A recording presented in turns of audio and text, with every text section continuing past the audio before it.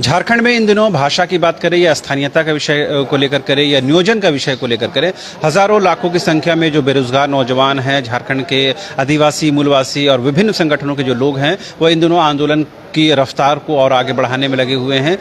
इस क्रम में राजधानी रांची के मोरहाबादी क्षेत्र में पूर्व जो विधायक है और झारखंड के आंदोलनकारी सूर्य सिंह बेसरा भी बैठक करने जा रहे हैं। क्या विषय है और क्या इसका लक्ष्य है और क्या उद्देश्य है और इतने दिनों के आंदोलन के बाद झारखंड में क्या कुछ अचीव हुआ है, इन तमाम विषयों पर बात करने के लिए हमारे साथ सूर्य सिंह बेसरा जी मौजूद हैं। सर, आपसे पिछले दिनों भी बात हुई थी, बरियातू क्षेत्र में जब बैठक हो रही थी। अगर शुरुआत से लेकर अभी तक की बात करें तो आउटकम क्या रहा दादा इस आंदोलन का, आप लोगों की एक्टिविटी का, आप लोगों की गतिविधियों का? सरकार के जो मुख्यमंत्री हेमंत सोरेन ने 2 बार सदन के अंदर बयान दिया स्थानीयता के विषय पर, ये तमाम विषयों को लेकर किस रूप में देखते हैं, आंदोलन किस दिशा में जा रहा है? हमको लगता है आज की बैठक एक समीक्षात्मक बैठक होगी।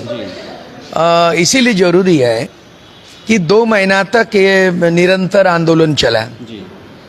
कोयलांचल में आग सुलग गई, उसकी चिंगारी का विस्फोटक पूरे रांची राजधानी तक आई, हमारे कोल्हान तक भी गया और संपूर्ण झारखंड में लोग आंदोलित हुए। लेकिन 1 महीना 25 फरवरी से लेकर 25 मार्च तक जो 1 महीना का झारखंड विधानसभा की बजट सत्र चली, अंततः अंतिम दिन में मुख्यमंत्री ने नियत और नीति स्पष्ट कर दिया कि 1932 का खतियान या खतियान के आधार पर स्थानीय नीति कभी नहीं बन सकता है। तो इस तरह से निराशजनक, हताशा, निराशा लोगों को लगी और उसके बाद हम लोगों ने बारी बारी से विधानसभा घेराव किया। विधानसभा घेराव का मतलब था कि जिस तरह से ध्यान आकर्षण विधानसभा अंदर कोई विधायक, माननीय विधायक ध्यान आकर्षण प्रस्ताव देते हैं तो पूरे सदन जो है ना उसकी बात को सुनते हैं। ध्यान आकर्षण प्रस्ताव जब पारित होता है तो स्पीकर महोदय उसको मौका देता है कि ध्यान आकर्षण प्रस्ताव में विशेष अति महत्वपूर्ण, अति ज्वलंत मुद्दे पे ध्यान आकर्षण प्रस्ताव होता है तो बहस होती है। तो 1 महीना के अंतराल में पक्ष विपक्ष ने हंगामा दूसरे मुद्दों पे हुआ और खतियान के मुद्दे में भी बात उठी। अकेले एक विधायक जेएमएम के सत्ता पक्ष के लोबिन हेम्ब्रम ने लगातार जो है बगावती तेवर अपनाते हुए खतियान को केंद्रित करते हुए उन्होंने एकदम ताबड़तोड़ अपना बयानबाजी किया, सदन में भी और सदन से बाहर में भी। आज भी निरंतर जारी है। केवल एक विधायक, 81 में से एक विधायक। और हमारे अलग अलग संगठन द्वारा विभिन्न अलग अलग समय में विधानसभा घेराव वो प्रदर्शन हुआ, लेकिन सरकार की जून तक नहीं रहेगी। तो अब हम लोग 2 महीना आंदोलन के बाद आखिरकार आगे की रणनीति क्या होगी, तो इसीलिए आज बहुत लोग आज के तारीख में भी रैली सभाएं संबोधित करने के लिए पहले से अपॉइंटमेंट दे चुके इंगेज हैं। लेकिन आज जो लोग भी आएंगे, जैसे तीर्थनाथ आकाश जी आए हैं और भी कुछ लाएंगे, इधर हम लोगों का मैंने सुबोध जी आए हैं और भी आए, बात करेंगे। हमारा कहना है, आज इस बात भी बात होगा कि मैं पूर्वोत्तर राज्यों का जब असम का आंदोलन देखते थे तो मुझे प्रेरित किया, जिस समय आजसू का बागडोर मेरे हाथ में था नेतृत्व में। वहाँ का देखा देखी में all Assam student union, Prafulla Mahanta लोग स्टूडेंट हुआ करता, उन लोगों ने लड़ाई लड़ी। 79 में संगठन बनाया निरंतर और 85 में केंद्र में इतने बड़े आंदोलन हुआ जो प्रधानमंत्री और राज्य सरकार को उनको बाध्यता हुई कि उनका समझौता हुआ ना, 85 में समझौता हुआ, चुनाव लड़ा, सत्ता में काबिज हो गए। उसके बाद जेपी आंदोलन का भी एक परिणाम निकला। फिर किसान आंदोलन जो है ना, ये जो राकेश टिकैत के आंदोलन में 2 साल चला, लेकिन काला कानून, कृषि कानून को अंततः रद्द करना पड़ा। अन्ना हजारे का लोकपाल विधेयक के कानून का भी परिणाम निकला और उस आंदोलन के दरमियान एक राजनीतिक चीज निकल के आ गई, वो था आम आदमी पार्टी, जिसका नेतृत्व जो है अरविंद केजरीवाल। तो ये 2 महीना के आंदोलन में सदन में क्या हुआ, सड़क में क्या हुई, आगे क्या होगा, ये जब तक हम समीक्षा नहीं करेंगे तो आगे चलेंगे कैसे? बेसरा जी, आपने आजसू का जिक्र किया है। आजसू के तमाम जो सुप्रीमो हो या उनके जो विधायक है लंबोदर जी, ये खुलकर हर दिन 17 कार्य दिवस हुए एक बजट सत्र के दौरान, 1 महीने कार्यकाल के दौरान। तो उस दौरान 17 दिन वो सदन की सीढ़ियों पर बैठे और एक तख्ती उनके हाथ में हुआ करती थी, लंबोदर जी के हाथ में, कि हर हाल में 1932 खतियान लागू करना पड़ेगा। तो वो लोग भी आज आपके साथ खड़े हैं, क्या उनकी विवशता है, राजनीतिक कंपल्शन है, इस वजह से खड़े हैं? देखिए, मैं अपने राजनीतिक लंबी संघर्ष ये जो आप देख रहे हैं जी ये छोटी सी पुस्तक में मैंने 40 साल का अपना ही संघर्ष गाथा को लिखा हूँ। मैं कैसे सोचा था, कैसे मैं पढ़ाई किया, कैसे लड़ाई किया और झारखंड राज्य बनने तक, ये मेरी छोटी सी ऑटोबायोग्राफी है। कहने का मतलब है नारी का चरित्र और नेता का नेतृत्व ये अगर दागदार हो जाए जी और संदेहास्पद हो जाए और विश्वसनीयता खत्म हो जाए तो एक नारी घर का संसार चलाती है, एक पुरुष देश का बागडोर संभालता है। और लालू यादव टाइप का चारा घोटाला हो जाए और माफ कीजिएगा कम पैसा का भी कोई अगर आय से अधिक धन संपत्ति मामला है, माननीय अदालत फैसला करता है जी आज के तारीख में बंधु तिर्की भी उसका शिकार हो गया, सिर्फ अकेले नहीं, मधु कोड़ा 4,500 का इनो सिक्का जेल में है। तो इस तरह दागी हो जाए, बागी हो जाए, दल बदलू हो जाए तो ये तीर्थनाथ आकाश, जयराम महतो सरीके, देवेंद्र महतो यंग, ये मैंने सुबोध लड़का जैसा, हम तो चुनाव लड़े हैं, एमएलए भी बने हैं, त्याग भी, लेकिन इन नौजवान जो कच्चे हैं, इसीलिए सुदेश महतो ने विश्वसनीयता खो दिया है, नेतृत्व में धब्बा लगा है कि जब से झारखंड राज्य बना 2000 से ये सत्ता के पक्ष रहा है। बाबूलाल मरांडी के साथ 2.5 साल, अर्जुन मुंडा के साथ गृह मंत्री भी रहा है और डिप्टी सीएम तक बना है। तो आप सत्ता में रहे हैं, ये मुद्दा क्यों लंबित रहा है? आपने 1985 का स्थानीय नीति निर्धारित करने में रघुवर दास सरकार में सत्ता पक्ष में था, उस समय आपने 1985 को स्थानीयता नीति निर्धारित कर दिया। आज आप जो है ना चोला बदल दिया, पाला बदल दिया और गिरगिट की तरह रंग बदल दिया और 32 का खतियान में भी आप शामिल हो गए।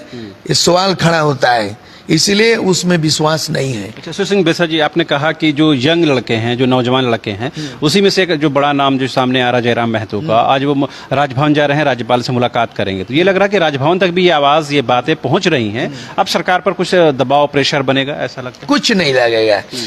हम नौजवानों को बड़ा नेता छोटा नेता में हम वर्गीकरण नहीं करना चाहते हैं।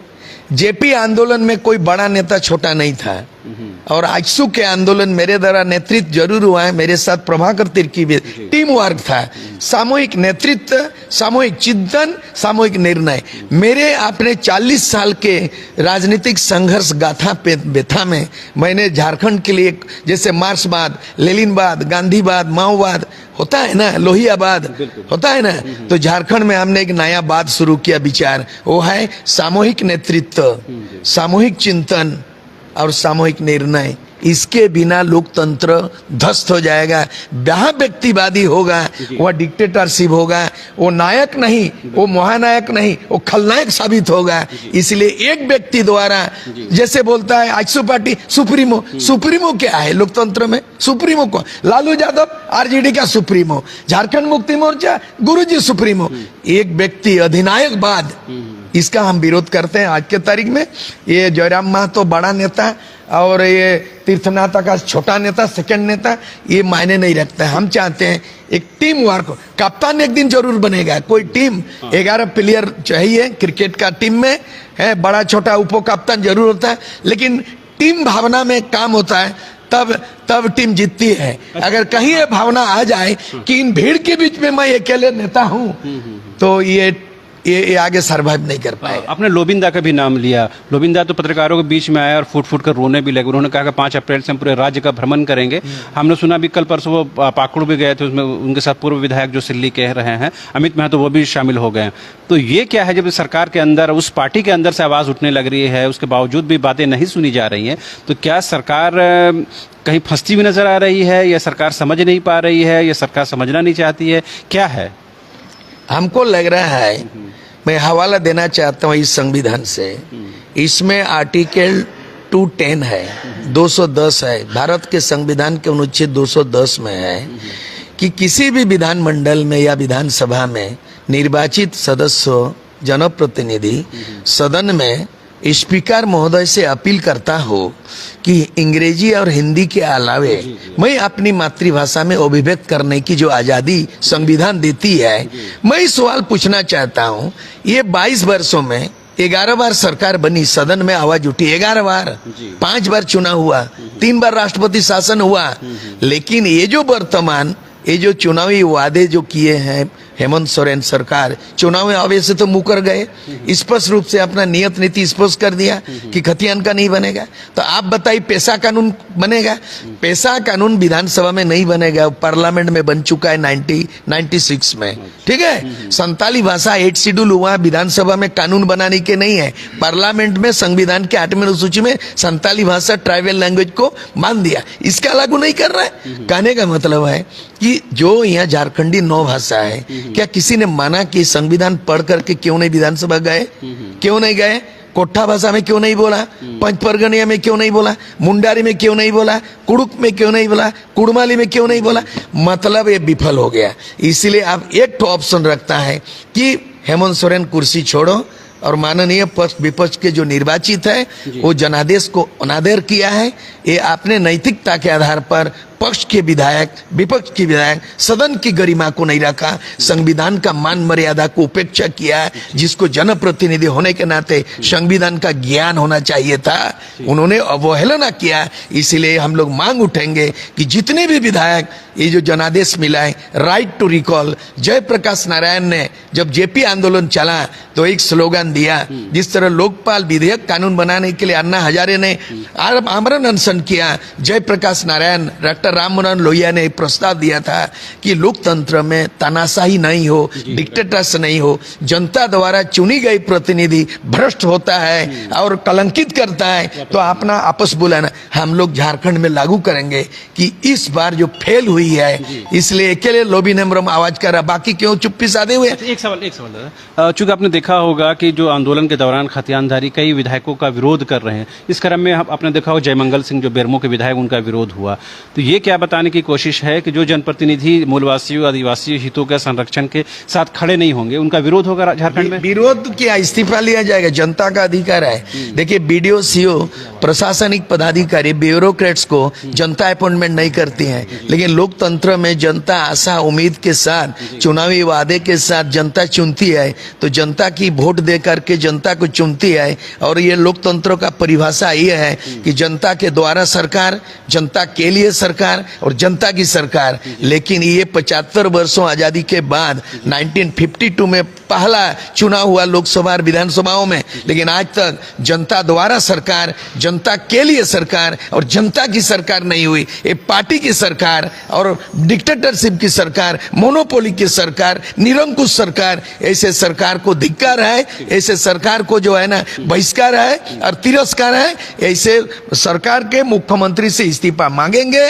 और जितना विधायक है पक्ष विपक्ष इस्तीफा मांगेंगे, यही अभियान अभी चलेगा। एक आखिरी सवाल, 2024 में फिर विकल्प दिया जाएगा जनता को? हमको लगता है कि 2024 तक इंतजार क्यों करेंगे। डॉक्टर राम मनोहर लोहिया बोले हैं कि जिंदा कौम 5 साल तक इंतजार नहीं करता है, तो हम 2.5 साल बीत गया और 2.5 साल की हम धरना और जुलूस में बैठेंगे, मेमोरेंडम देंगे न, मेमोरेंडम नहीं, जो है एटरेंडम करेगा। ठीक।